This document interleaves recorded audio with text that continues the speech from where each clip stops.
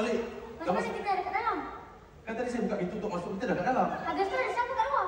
Mana saya tahu? Pergi tengok. Pergi tengok. Assalamualaikum. Oh, Assalamualaikum. Waalaikumsalam. Ay, dah sampai dah semua? Kami dari tadi dah sampai, kamu yang lambat. Dah Tok, mari kita Tok. Halo? Ada orang telefon Tok.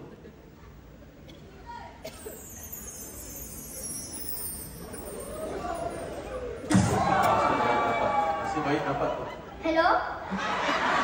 Tak ada orang kan? Cakap kat ubur-ubur memang tak ada. Sini. Hello? Meeting. Awak ni kat rumah nak gaduh, kat sini nak gaduh. Pening ah. Tok, orang kampung pun dah tunggu. Tok pergilah, nak mengucap dah. Siap-siap. Hai. Orang ni ada je tak kena dengan Tok. Tok. Tok. Tok. Tok. Tok. Mana ketua kampung aku? Dia dengan kamu tadi. Mana ketua kampung aku? Tak. Dah tahu saya ni kecil. Lain kali ambil yang ini. Minta maaf Tok. Salah saya. Okey Tok, test mic dulu lah Tok. Cek. Itu lagu Cikita. Cek, mampu jawab bunyi Cikita. Bunyi cocek. Buat Cikita kalau. Cocek, siapa datang ini Cikita.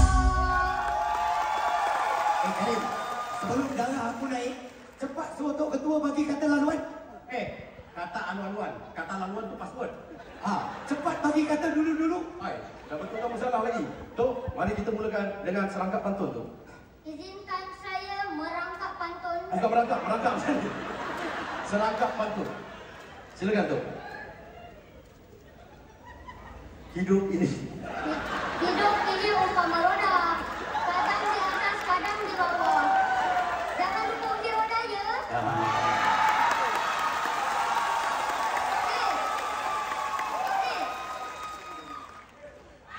Gangga apa tu? Mana ada gangga, tak gangga.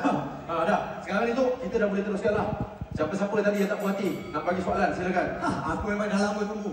Ini 2 minggu sudah ada orang kampung mengadu dekat aku. Katanya kamu keluar malam.